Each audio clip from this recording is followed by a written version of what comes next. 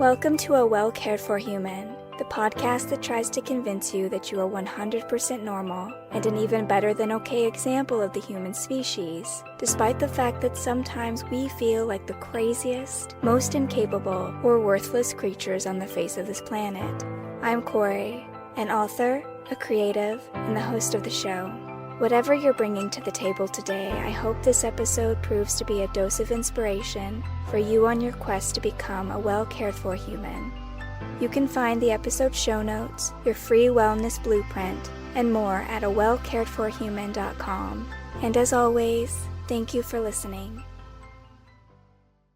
Hello humans, it's your host Kory, and today we're going to talk about discipline. And I know this is not the sexiest topic, but stay with me. I have something very important to say about discipline. And that in and of itself is quite the declaration. Me saying, stay with me, this is important, should perk your ears up, because we are now 109 episodes into the show, and I don't think I've ever said, listen to this even if you don't want to. And in truth, I'm surprised I haven't talked about discipline sooner. It really is important, and we can't make any radical changes in our life without discipline. But I think I've avoided discipline because, as a rule, I don't like the word discipline. It makes me think of hard, unforgiving people, really rigid people, and I'm pretty sure that the connection between that hardness and discipline comes from the fact that my father often hid his abuse behind the word discipline. He might say something like, oh, I was just trying to make you more disciplined, or oh, I'm only doing this to you because you need to be more disciplined. But whatever action he was pairing with that statement was usually abusive. So this view of discipline became even more negative in my experience with the stereotypical depictions of discipline that we often see in movies or TVs or stories, where there's a person who is really suffering through a moment in the name of discipline. So the blood, sweat, and tears. And I'm not saying that blood, sweat, and tears aren't often part of the discipline process, but in media they often make the discipline process seems so unpleasant. And so that's why it took me a really long time to realize that there's actually a lot to gain from discipline, and that there's a healthy way to become disciplined, that you can in fact have discipline and also treat yourself in a loving, kind way. That discipline is, at the end of the day, an act of self-care. Discipline is an act of self-love. Discipline doesn't have to be something that you use to break yourself down or to hurt yourself with. It can be used to motivate you, to help you stay committed to the big changes and dreams that you have for yourself and your life. Discipline is a commitment to the promises you make to yourself. It's a commitment to the dream that you have for yourself. So how do we approach discipline in a way that's more loving, without the heavy-handed brutalness that we often associate with the word discipline? First, I want to be clear on what I mean by, quote, discipline when I talk about it. If you were to just look it up, the definition of discipline, which I recently did, it has a few different contexts. There's self-discipline, which is our ability to control our impulses and behavior in order to achieve certain goals, or even just to maintain a certain code of ethics in the way that we live. When we talk about getting focused, when we talk about managing our time or resisting distractions or temptation, when we talk about making better choices, we're talking about discipline. There's also behavioral discipline. So if we have a certain set of unspoken rules, things that we will or will not do are non-negotiables with ourselves, and whether or not we adhere to those rules reflects on how disciplined we are with ourselves. For example, maybe you say, I'm not going to smoke, I'm not going to drink, I'm not going to get into screaming matches with my mother, no matter how much she tempts me. These are all discipline statements. And in the media example, usually TV, movies, when we say that someone is disciplined or they're demonstrating tremendous feats of discipline, we're talking about their mental or physical training. So we've got martial artists or boxers or athletes of some kind. But also there are examples of people like writers or musicians who were chasing a dream, and they had to stay really dedicated and steadfast to that vision, no matter what challenges came up. But in all cases, whether real or fictionalized, discipline is about having a set of rules for yourself and following those rules even when you don't want to, and knowing that by continuing to stay with it like that, you're gaining benefits by doing so. And those benefits can be anything from your own success or your personal growth or having better mental health or well-being or balance in your life. So how do we do it? How do we become more disciplined? Because I certainly did not come into this world disciplined.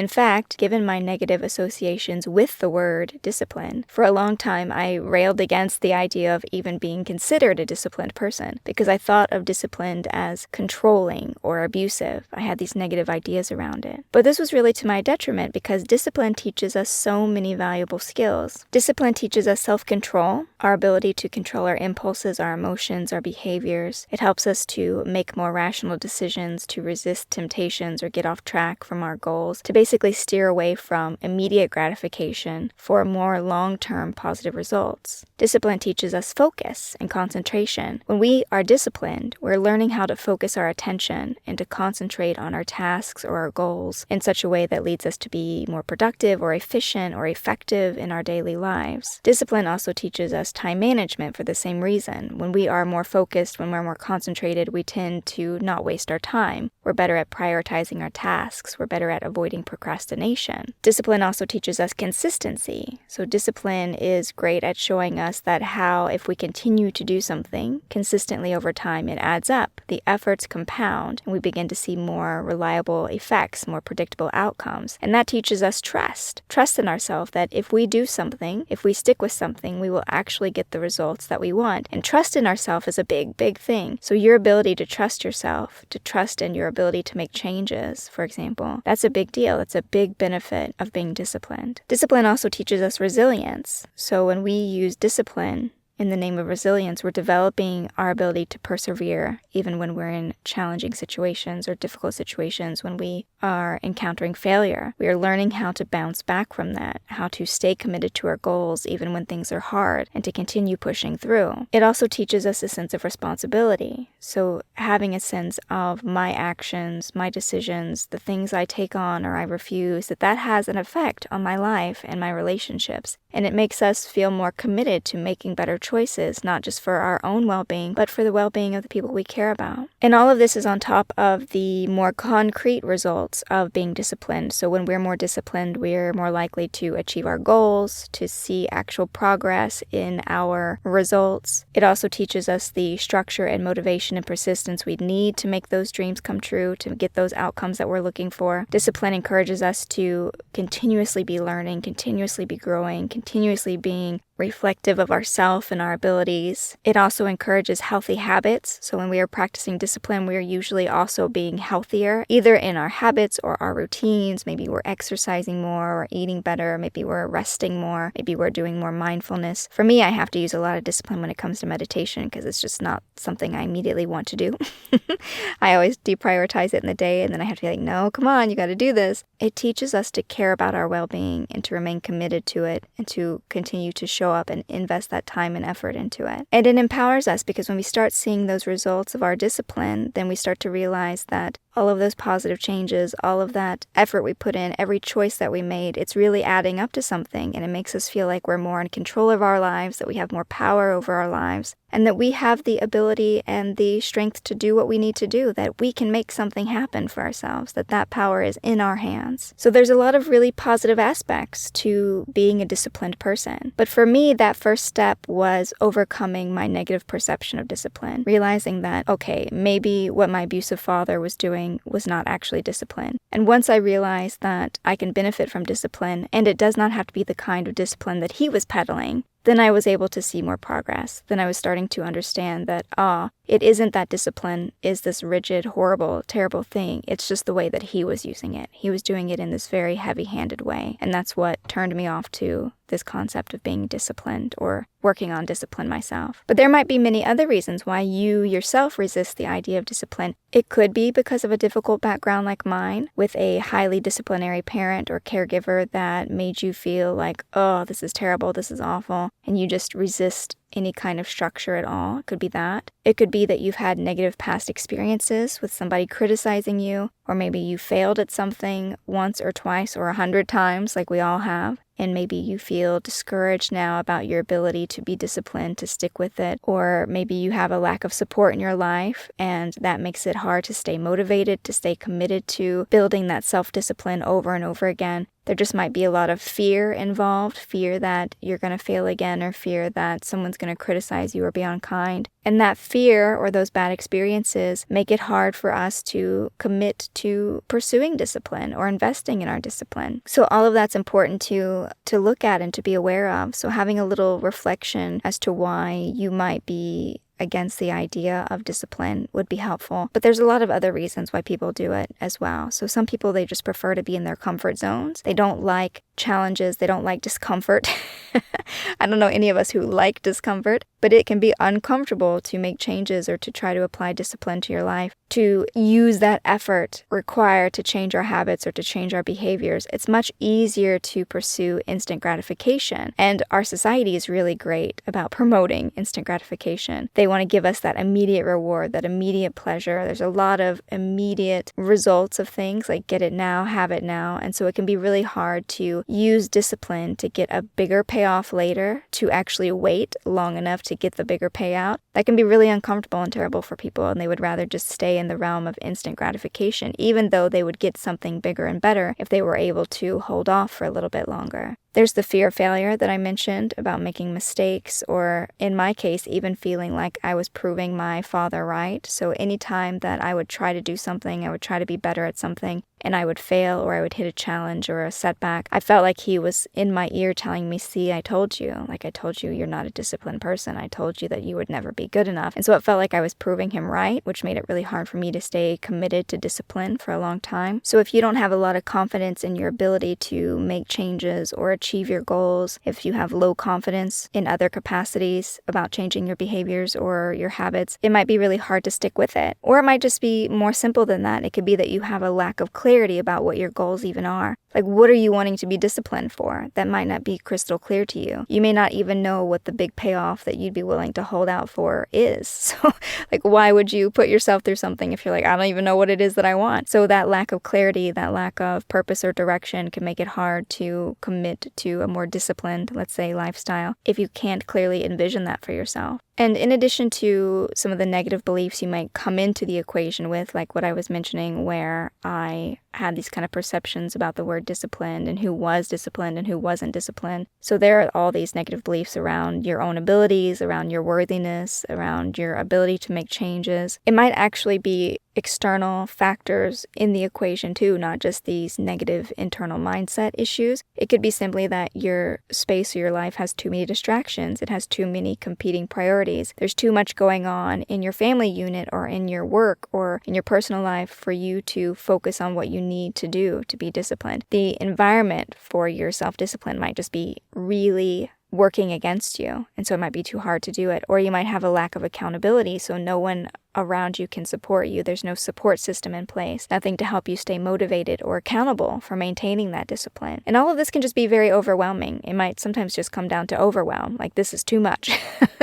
All of this, just looking at my internal factors, looking at my external factors, it's too much. I'm overwhelmed. I can't even think about how to move forward with this. And so all of this can keep us stuck, and it can keep us adverse to the idea of discipline or about making changes. So whatever the reason that might be blocking you from investing in your own discipline, if you can recognize that you have an aversion to the idea of discipline, or even the word itself, let alone the action, I would start there. I would look at it more closely and figure out what's going on with you that might be stopping you from getting started before you even begin. Is it the environment? Is it your mindset? What's the situation? And then once you've taken some time to reflect on this baseline connection with discipline, I would take it even further. I would look even deeper in some self-reflection and awareness to figure out what's going on. So this can be taking time to reflect on your current level of discipline, like where do you feel like you are right now? Do you feel like you're very disciplined? Do you feel like you're not that disciplined? Do you feel like you're somewhere in the middle? Like, where are you right now? Identify the areas where you struggle with consistency and focus or motivation in your life. So is that in your relationships? Is that in your mental health? Is that in your physical health? Where are you struggling with consistency and focus? It helps to have an understanding of what your current strengths are, what your current weaknesses are, what your current habits are. I won't say good or bad habits, I'll just say habits. We don't need to polarize them. But what might you be doing right now that works for or against your goal to be more disciplined? What might be triggering you right now that interrupts your discipline cycle? Like, is there a certain thing that happens that makes you abandon your discipline?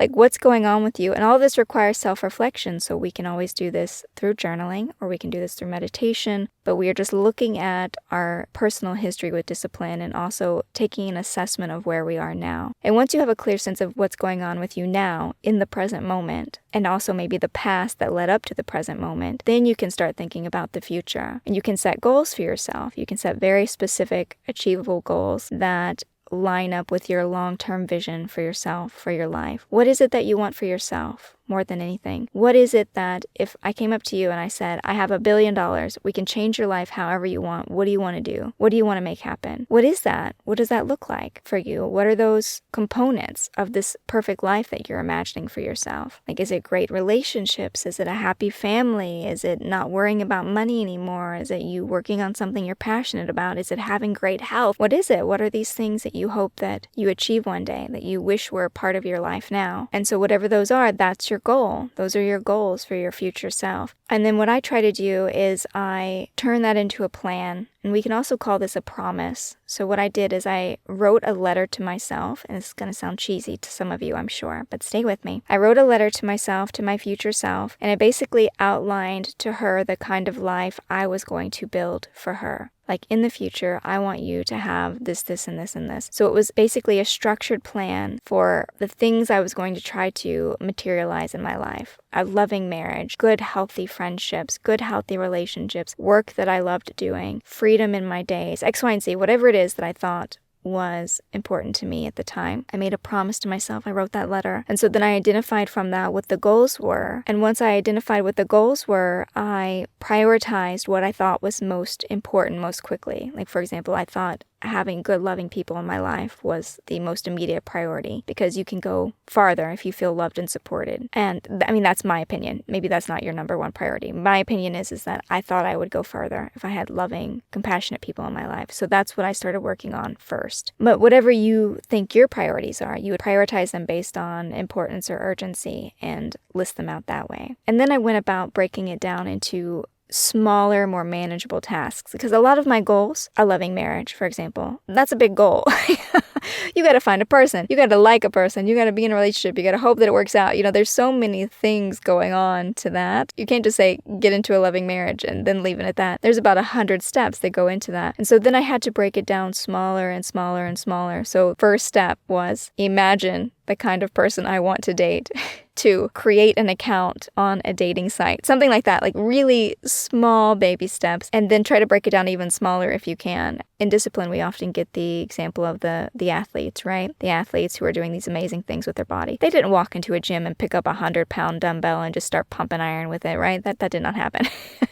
They went in and they picked up something that they could do now, and then they used it repetitiously over and over and worked themselves up. And it's the same thing with discipline in other areas of our life. You don't come in and start doing the most difficult thing right away. You'll get hurt, or you'll get discouraged, or you'll give up. You do the tiniest, babyest thing that you can, the most manageable task that you could take today, and you start there. So that's what I did. I just had this letter to myself. I envisioned this life that I wanted for myself. I started to prioritize it based on urgency and priority, as in what was most important. And then I broke it all down into really tiny steps, the tiniest steps I thought I could take that would carry me in the direction of what I was hoping for. And then the most important piece after that is just consistency. So we have to consistently show up for ourselves again and again and again. Sticking with the athlete metaphor, it isn't that this person went in there and they picked up a dumbbell one time and then suddenly they've got, bodybuilder muscles. That's not how that works. They go in there every day and they do it again and again and again. So are you working towards your goals every day, even if it's the tiniest step every day? It's more important that you do it consistently than you push really hard, which is something that I had to personally learn. I'm really bad at long distance running, let's call it. I'm more of a sprinter, so I can push really hard and be really enveloped in something for the short term. But if I have to stick with something long term, I really have to figure out how to pace myself, because I'm not great at that. That doesn't come natural to me. And so figuring out, what does it look like to be consistent? What am I going to do over and over again until it becomes really natural for me in relation to this goal? Is it go somewhere new every week to make new friends? What is it? What's it going to be? What's going to be the consistent thing that I do? Every Friday night, I go out to a meet and greet or something like that, because the consistency part is the key. Another part that's really essential is the self-control. And this can be really hard if you come from a background like mine. And I shouldn't just say that, because it can be really hard if you're human. If you're listening to this, you're probably human. If you are human, you probably struggle with self-control. Because with self-control, it's just so tempting to get relief immediately. The reason why I started to say because of my background is because if you have a difficult circumstance like mine and you've just been hanging in there, so let's say maybe you're in burnout, or maybe you're coming out of a difficult situation, or maybe you're just now pulling through, it's really hard to think about the long term. You're so depleted as you are now in this moment that you can't imagine thinking 5, 10, 15, 20, 25 years from now. You're thinking about just today. Like, how am I going to get through just today? And so for that reason, it can be really tempting to do the thing that gives you immediate gratification, that gives you immediate relief, that gives you immediate peace, rather than holding out for a little bit longer to get the bigger payoff. So imagine that there was a chocolate bar, and I told you, if you could wait 3 days, I'll give you the whole chocolate bar, or I can give you one tiny bite of this corner right now.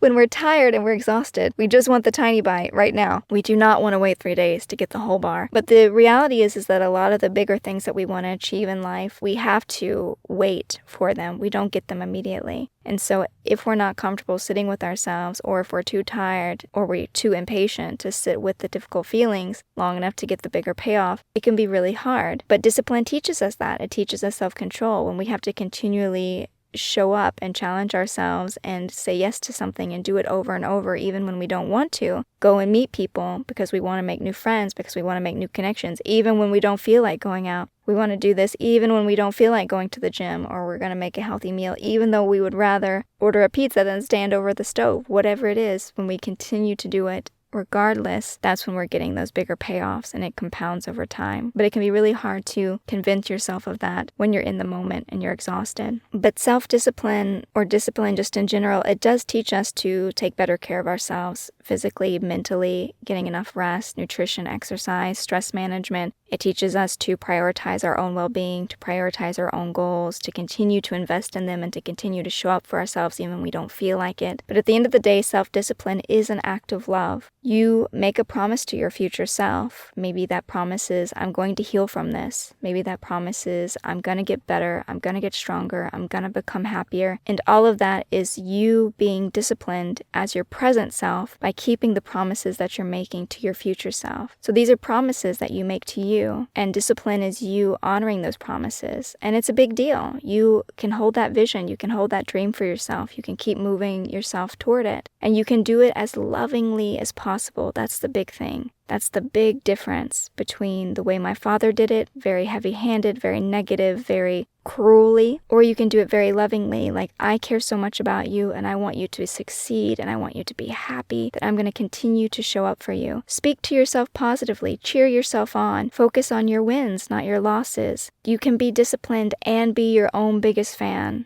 You can be that amazing person who is in your own corner with you day in and day out trying to make these things happen for you. And just know that discipline is a muscle, and the more that you use it, the easier it will be to become disciplined. So just keep at it. Just keep showing up for yourself.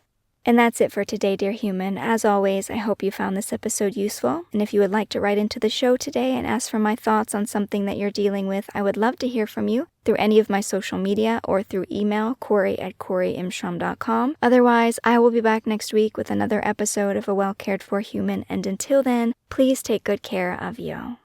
This episode of A Well Cared For Human was written and produced by me, Kory Marie. The music was by Late Night Feeler and Esther Abrami. If you like what I'm doing here, please consider visiting my Patreon. For as little as $1 a month, you get early ad-free access to the episodes, as well as a monthly patrons-only Q&A, bonus videos, and more. Not to mention that your Patreon support lets me know that you find value in the show and want it to continue. You can find me on Patreon by visiting www.patreon.com/Kory Marie. If you can't support the show financially, that is okay. You can still subscribe to the show, leave a review of the show, and recommend the show to your friends, not just the neurotic ones. All of this helps so much. And as always, thank you for listening.